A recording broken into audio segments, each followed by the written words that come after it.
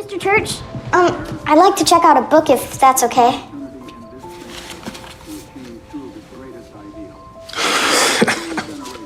How about if I make some suggestions?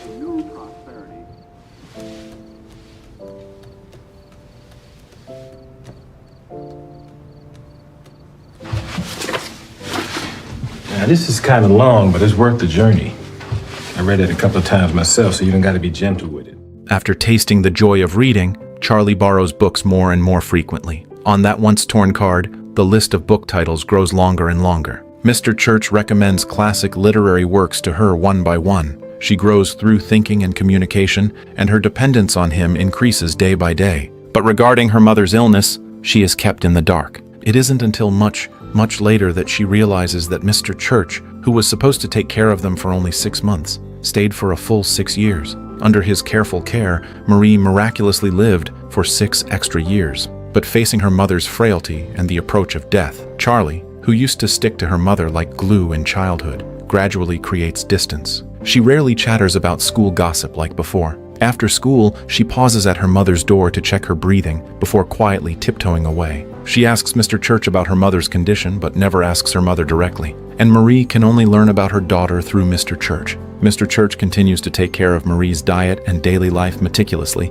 reading poetry to her and listening to jazz. Charlie deliberately paces outside the door, eavesdropping on their conversations. Her mother used to be the sun, but the glare of death is too scorching, making her afraid to look directly at it. The 6 extra miracle years didn't dissipate Charlie's fear. Instead, they made her suffer more in the anxiety of imminent loss. She fears that excessive intimacy will make the parting more painful, and she fears her dependence will become a burden to her mother, so she chooses to escape. But there is one thing she has to do: help her mother bathe. Even then, she unconsciously speeds up her movements, daring not to look at her mother's pale face, deliberately avoiding sensitive topics. But when her mother encourages her to attend the senior prom and thoughtfully arranges her hair, Charlie, afraid she can't control her emotions, instinctively chooses to flee.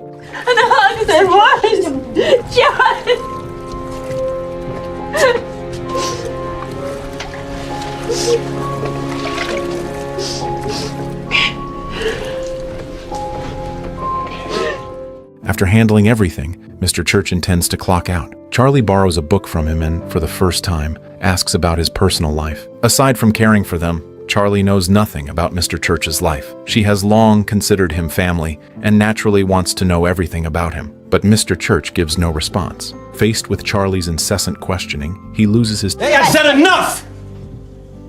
Don't you know when to back off? Enough! You've never raised your voice to me. I'm sorry about that. I just want to know more about I know you want. I know. My dear, you have me from morning until night. And what I do when I leave here is my time. For me. Don't take that away.